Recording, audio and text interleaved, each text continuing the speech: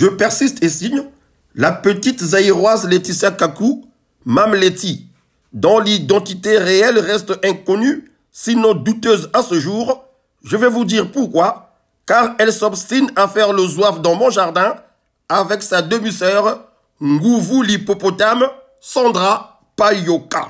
En fait, la petite Laetitia Kakou a été conçue, ouvrez grand vos oreilles, à la suite d'un viol collectif perpétré par des sujets zaïrois. Ezayo, moto leka le premier. Te, ezalaka yo. Te, ngate, yé donc.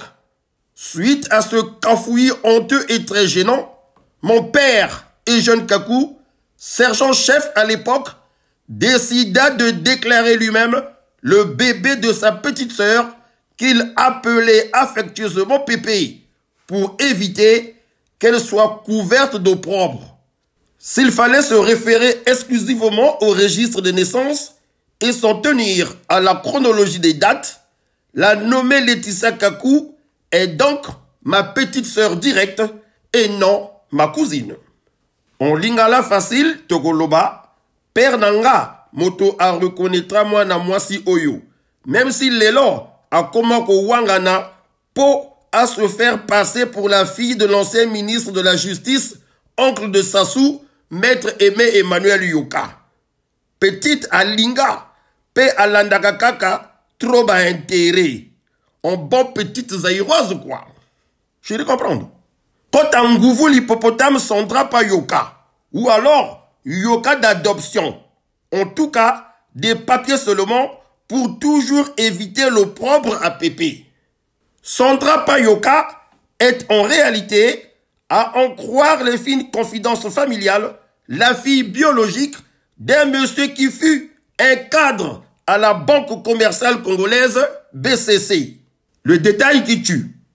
Pour ceux qui m'ont connu dans ma tendre et agréable jeunesse, vous vous souviendrez que je frimais avec une 51V marron. Je parle de la 51V, pas de la 41S. Eh ben, c'est l'amant de la BCC justement qui offrit la dite mobilette à sa dulcinée comme preuve d'amour, entre autres.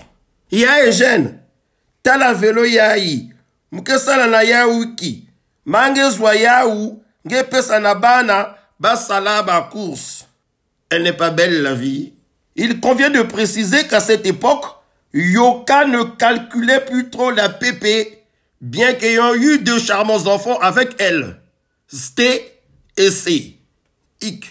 La fille biologique du banquier aura-t-elle le courage d'aborder avec sa mère le sujet sur sa filiation afin de mettre les choses au clair? I don't know.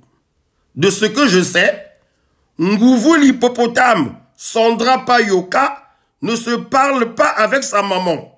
Because la fille de l'homme de la BCC reprocherait à sa mère d'avoir hébergé chez elle à Rouen une nièce qui aurait entretenu une liaison amoureuse à peine voilée avec le fameux père adoptif, Maître Aimé Emmanuel Yoka. Aïe. Pour la petite histoire, n'eût été la vigilance, l'œil averti de l'oncle à sa mère, Pascal Kakou Kalagan, Ngouvou l'hippopotame Sandra Payoka, qui est sujette à des troubles mentaux chroniques, ne serait plus de ce monde probablement. Il y en a qui voulaient la faire disparaître car elle faisait tâche. Le diable est dans les détails, a tant coutume de dire. Pour vous faire une idée du comportement nocif de Sandra Payoka, retenez qu'elle déteste à mort sa grande sœur, le premier fruit d'amour entre sa maman et Yoka. Tout comme la petite zaïroise sans identité réelle, Laetitia Kakou, qui ne supporte pas de voir, même en photo, le dit premier fruit d'amour. Jalousie, haine, motemali kunya, kimbandaya buzoba, elles auraient, ces deux-là, aimé être à la place de l'autre. Oui, elles voulurent être les enfants biologiques de Aimé Emmanuel Yoka. Caramba, c'est raté. Le premier fruit d'amour en question, Stella Yoka, c'est d'elle qu'il s'agit.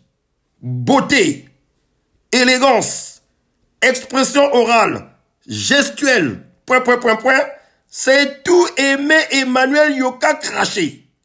Plus est, la belle Stella est magistrate comme son père. Il n'y a pas match. Bayinayete loko la boni. Les envieuses. Bo luka batata na binodi. Au lieu bo weli sana père ya bateau. Maman. Voilà pour cette première livraison.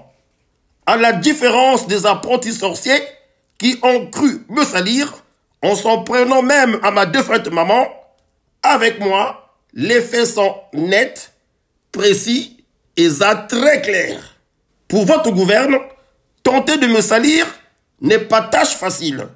Il faudra peut-être utiliser un tractopelle et déverser sur moi une tonne de sable. Sinon, pamba.